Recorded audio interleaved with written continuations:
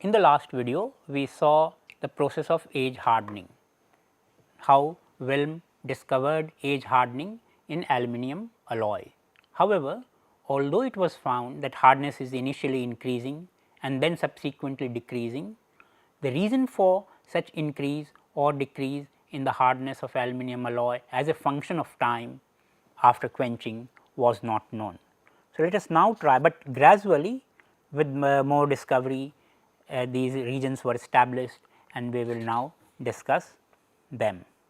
First of all, look at the aluminum copper phase diagram.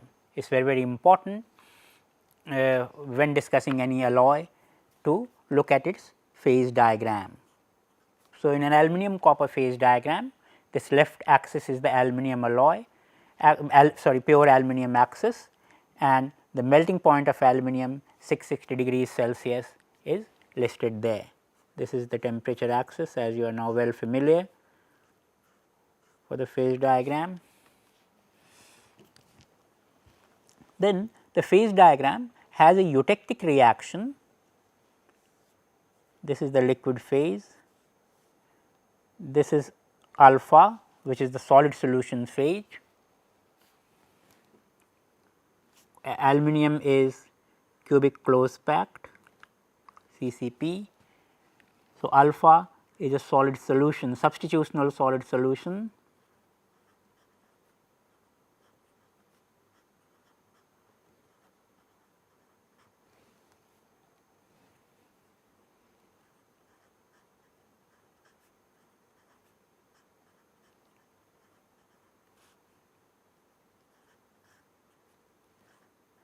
Of copper in aluminum, its structure will also be CCP. Then you have liquid, you will obviously have alpha plus liquid. This particular phase is theta, which is an intermetallic compound. Theta is Al2Cu.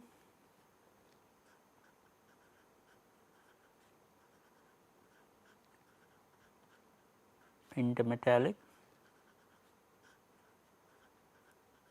compound. You can see by the formula that it has about 1/3 of copper. So, it is about 33 atomic percent copper, but since copper is heavier, it contributes more as weight percent, it is about 54 weight percent, this theta. So, you have liquid plus theta and alpha plus theta. So, this is the phase diagram of aluminum copper system. Now, let us look at Wilm's alloy in this, that was 4%. So, that is, let us say this line represents, this vertical line represents 4 weight percent copper. So, this is Wilm's alloy. Now, you can see that in this alloy, this is the solidus temperature, and if I heat above solidus, liquid phase will form. In a heat treatment process, usually the heat treatment is done for a shaped object in which we are trying to enhance the property. So, we will not like it to melt. So, we will not like to go above the solidus temperature.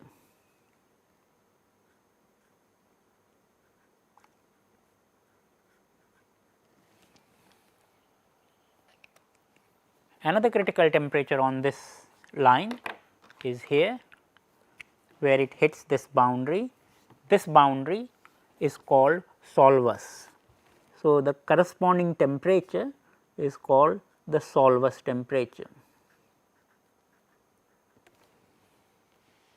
This temperature is the solvus temperature, this boundary is named solvus.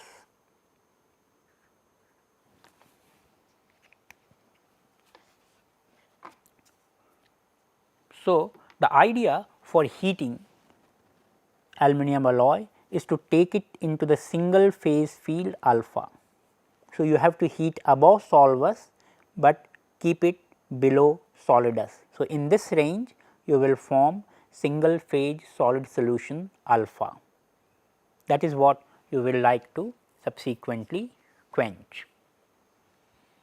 Now, if this phase is cooled below the solvers, theta will start forming within alpha. So, alpha is already a solid phase, is a solid CCP phase, and in that a new phase, the precipitate phase theta will form. So, and you can, so at any given temperature,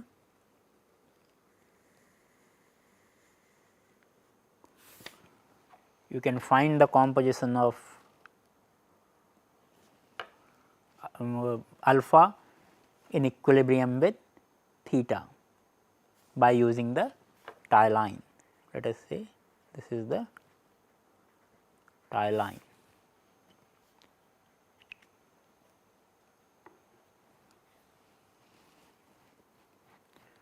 So, alpha if cooled below solvers will undergo this transformation to alpha plus theta.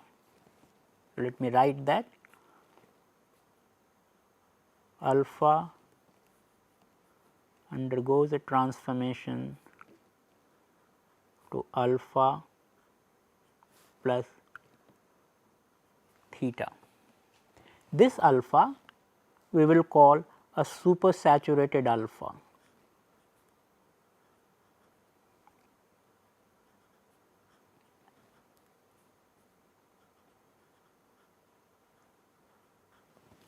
Why?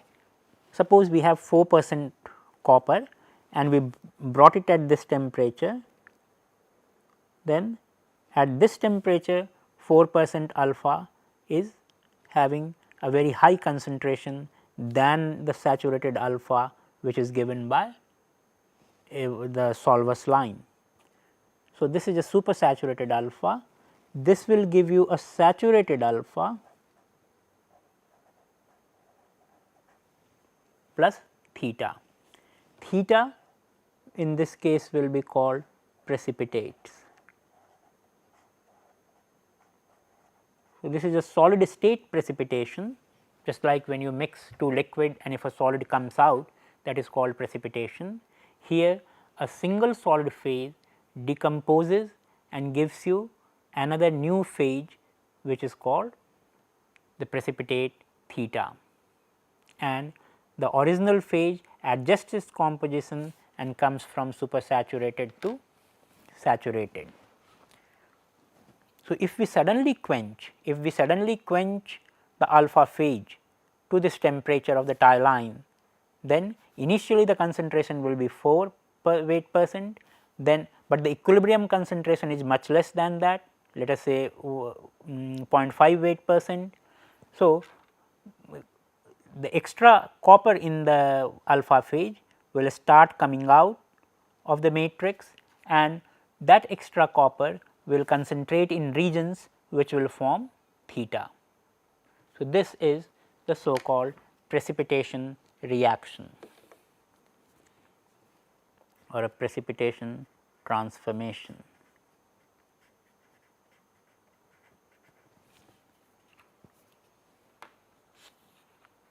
So, when Wilm was heating his alloy and holding it, his hold temperature should be between solvus and solidus to form alpha, and time should be long enough such that complete alpha forms. Then when he quenches it, the temperature should be below solvus such that now alpha is unstable, single phase alpha is unstable. So, then it gives you a new precipitation reaction, and that is what is happening during the precipitation age hardening. So, these precipitates which are forming create an obstacle to dislocation motion and create hardening. But why do we need to quench? Even if we slow cool alpha, theta will form in equilibrium. Why do we need to quench? So, let us look at the reason for quenching. So, now we look at it, instead of the phase diagram, we look at the TTT diagram. So, this is the TTT diagram for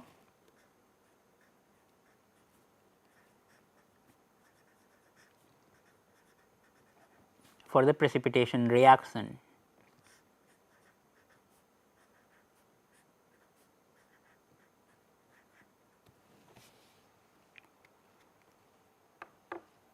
So, above solvers you can see above solvers alpha phase is stable. So, nothing will happen to alpha phase. So, above solvers you have a stable alpha, below solvers you will have unstable alpha,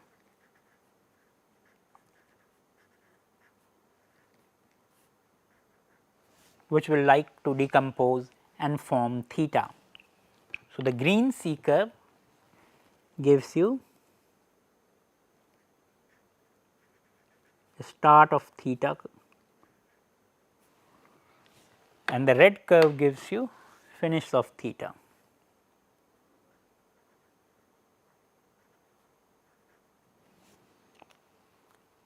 So, in between you will have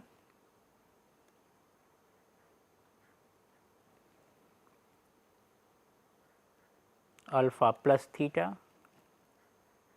finally also you will have alpha plus theta, but the amount of theta will keep increasing.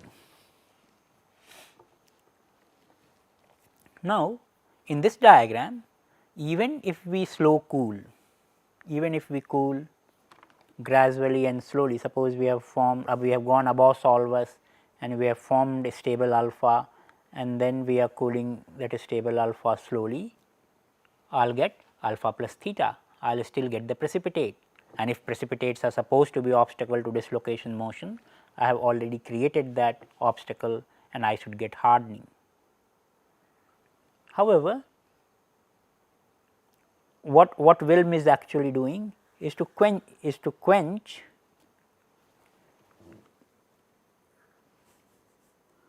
and then allow the transformation to happen.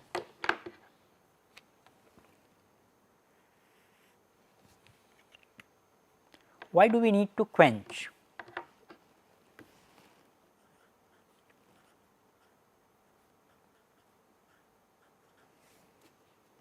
Quench and then age. This is Wilm's procedure instead of gradually cool. This is because you can see that during equilibrium cooling, during slow cooling,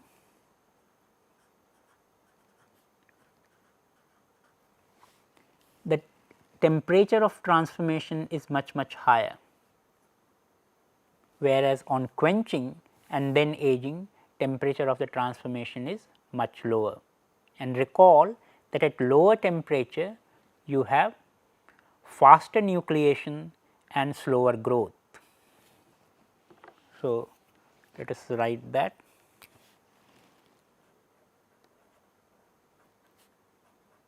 fast nucleation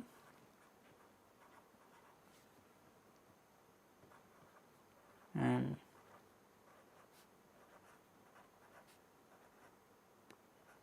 slow growth, whereas at the higher temperature you will have slow nucleation and faster growth.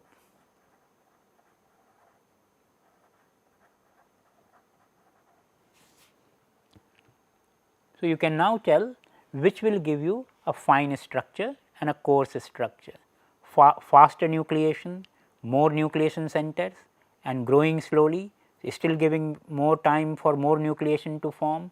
So, there will be several nuclei forming here and each of them will grow to a limited extent. So, this will give you a fine distribution of precipitate. The resulting distribution will be fine precipitates.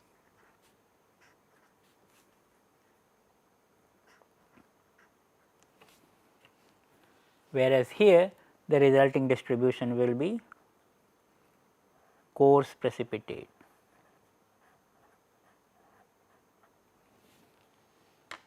and it is the finer precipitate, fine distribution of precipitate always create more obstacle to dislocation motion than coarse precipitate.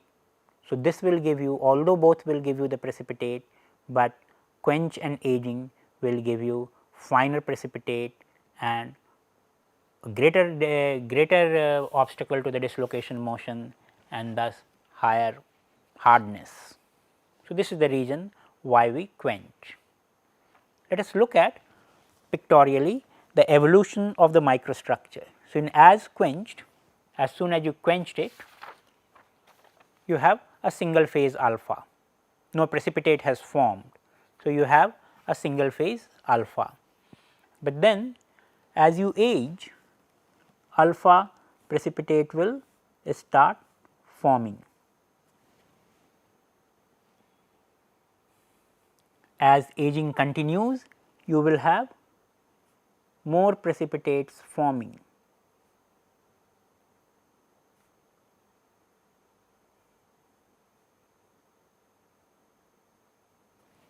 So, you have a larger number density of precipitates in the peaked age condition. So, there is each, you can think of each precipitate as an obstacle center for dislocation motion. So, obviously, there will be more hindrance for a dislocation to be moving in the peak aged condition than in conditions before the peak aging. But then, so hardness was increasing, you can see that in as quenched there was no precipitate, then in aging hardness increased, and in peak age hardness has now reached a very high value. But then why after peak aging the hardness starts coming down, as in our hardness versus time curve. So, during overaging what happens? So, what really happens during overaging is that these fine precipitate distribution start transforming into a coarser precipitate distribution.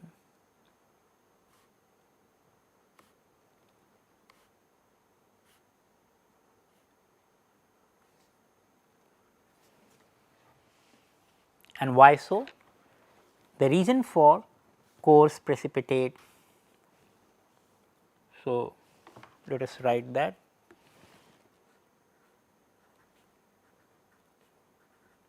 During overaging,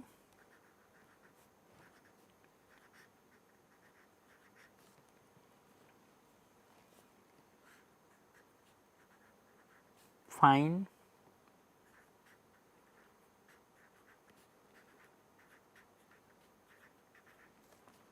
distribution of precipitates change into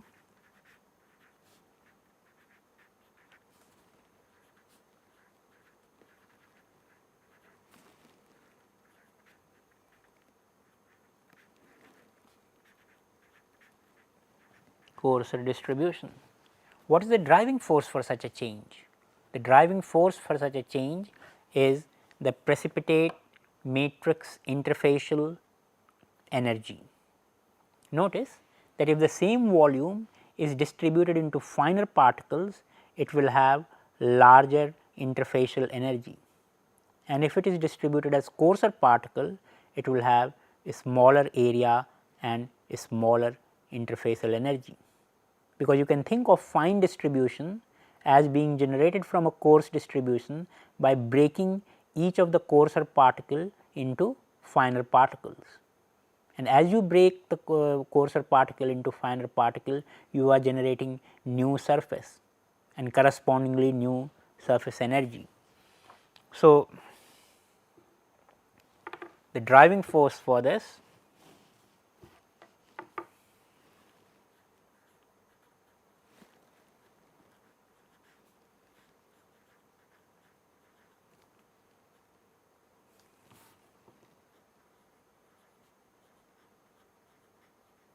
is reduction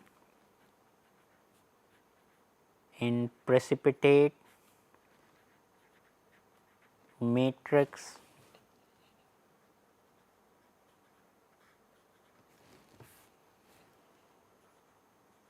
interfacial energy.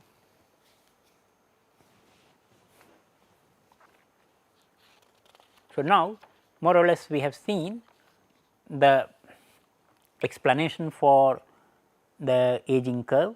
Initially, as more and more precipitates form, more and more obstacle to dislocation motion is there. Finally, when all the precipitates have formed, we have a fine distribution of precipitate, fine and numerous precipitates are there. So, we reach a peak hardness, but beyond peak hardness, to reduce the interfacial energy, particles start to merge together and become larger particle, which is called, sometimes this process is called ripening. So, we should give that name. This is also called Ostwald ripening.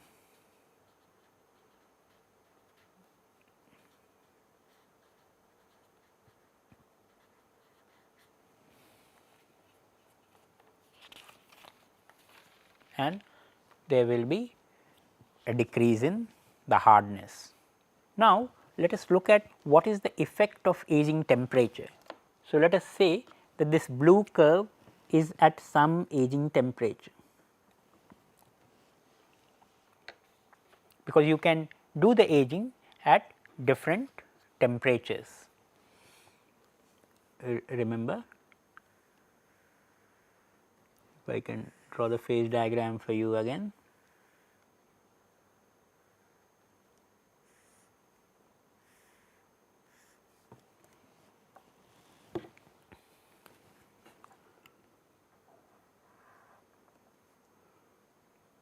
So, you are below the solvus temperature,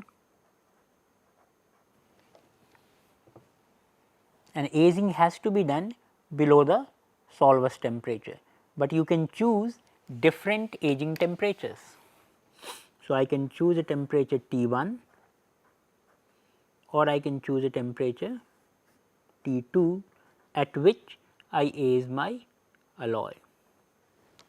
So, suppose I did the aging at temperature T1 and got this curve. What will be the effect on the aging curve if I age at a higher temperature? What do we get? So, let us look at that. So, let us call this T2 temperature, the higher temperature.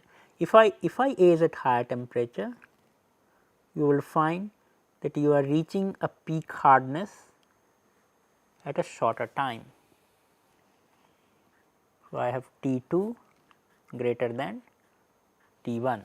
Peak hardness is reached in a shorter time, but at the same time the value of peak hardness has also reduced. So, HP 2 is less than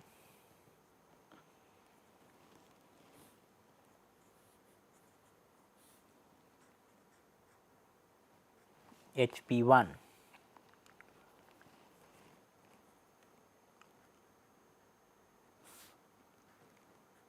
The time to achieve this hardness TP 2 is also less than time to achieve the hardness at a lower temperature TP 1. Now, why does the hardness decreases and the time also decreases? First of all, you can see that at the higher aging temperature for the same in the same two phase field, if I draw two tie lines, at higher temperature you have a smaller amount of precipitate forming. So, the amount of precipitate, the total amount of precipitate will reduce, but more importantly the answer comes from again the TTT diagram, because if you look at the phase diagram, you look at the TTT diagram. So, suppose you quench and then you aged at this temperature. or you aged at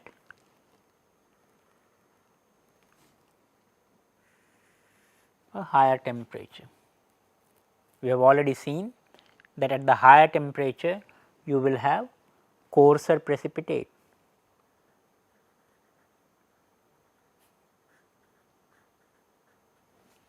Because of slower nucleation and faster growth, whereas at a lower temperature you have finer precipitate. So, this fine precipitate will give you a higher hardness. So, at lower temperature you will have higher hardness, but the time for completion, you are seeing that the time for completion is more at the lower temperature than at the higher temperature. So, you will achieve lower hardness at higher temperature, but you will achieve it in a shorter time. So, you can see that in designing the precipitation hardening sequence, you have to take care of both these variables. If you go to too high a temperature, you will get a hardness in a very quick time, but then the hardness value will be lower. And if you try to achieve too much hardness, then you will have to do it at a much lower temperature, where the time for hardness achievement will be much larger. So, you can optimize the two parameters, and so that you have a reasonable hardness in a reasonable time. Now, let us look at the actual mechanism by which dislocation is obstructed due to precipitate. So, there are two mechanisms by which the precipitate obstructs dislocation. The first one we are considering is what is called precipitate cutting. Let us imagine that we have a precipitate particle, this is the precipitate particle, and this precipitate particle is sitting on the slip plane.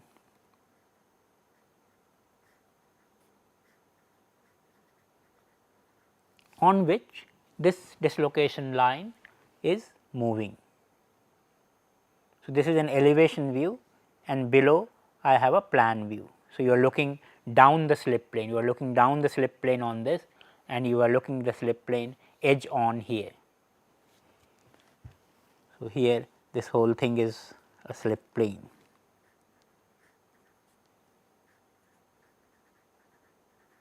And here the slip plane is edge on.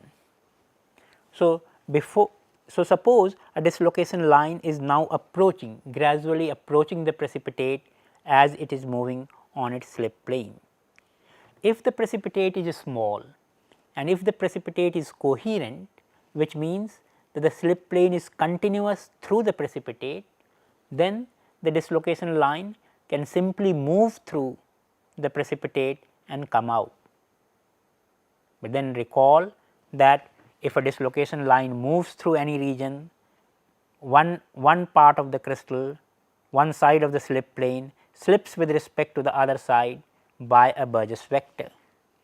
So, a Burgess vector slip will be there,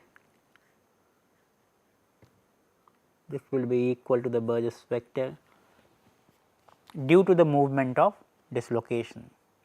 So, this you can see that since the upper half is shifted with respect to the lower half, the upper half of the precipitate will also shift with respect to the lower half of the precipitate.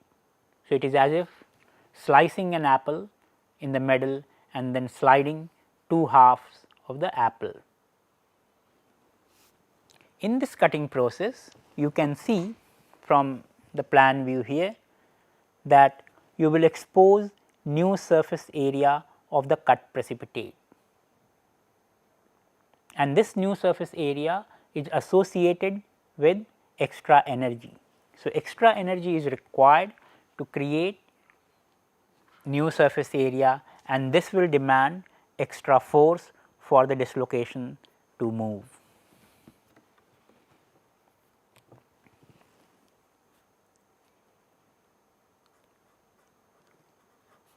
So, new cut surface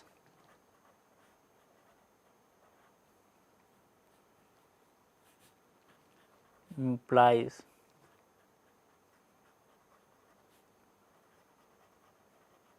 extra energy,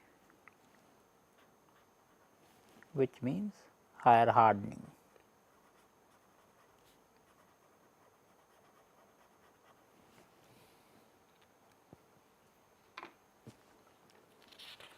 This happens in the initial part of the precipitation hardening when precipitates are fine and coherent.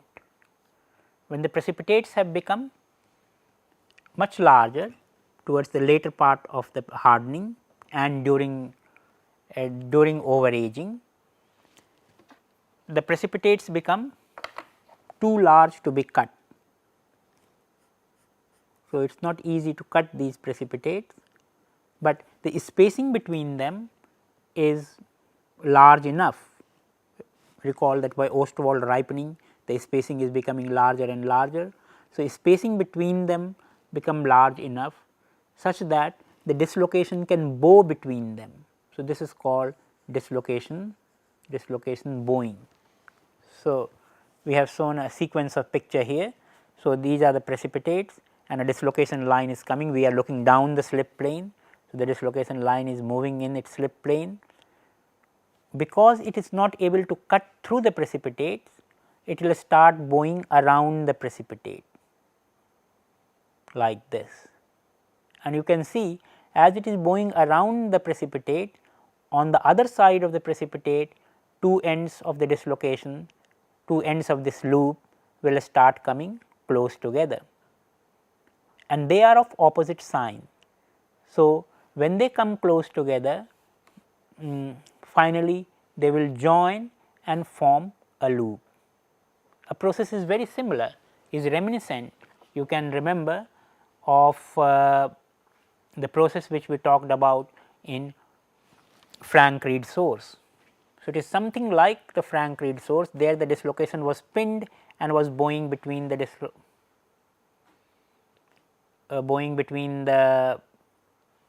precipitates.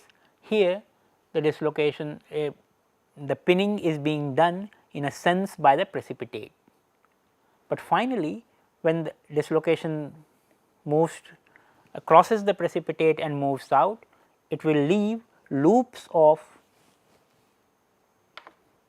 dislocation loop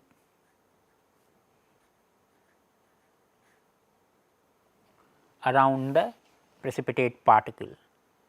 Now, so in a sense the length of the dislocation line, the overall dislocation line has increased. So, these loops are extra length of dislocation line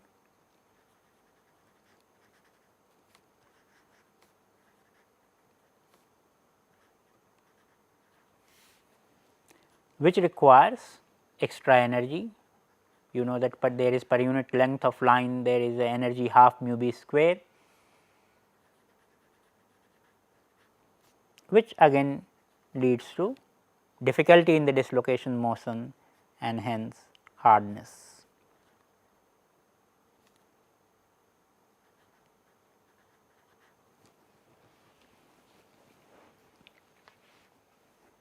So, these are two basic mechanisms by which the precipitate cause increase in the hardness of the material. Here we can also relate if the interparticle spacing, if the interparticle spacing is L, then we have a similar formula to what we had in the Frank-Reed source, that the shear stress required to move the dislocation through the precipitate particles is G B by L, where G is the shear modulus,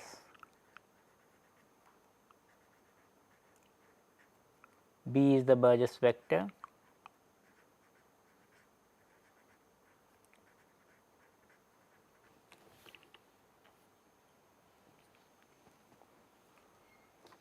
and L is the interparticle spacing.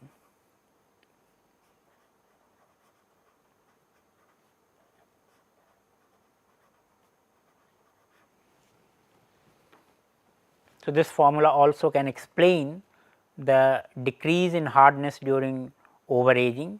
As the particles become coarser and lesser in number, their interparticle spacing starts increasing. You can see from this microstructure here, if the same volume is distributed into smaller number of coarse particles, the interparticle spacing is much more than the interparticle spacing in case of fine distribution.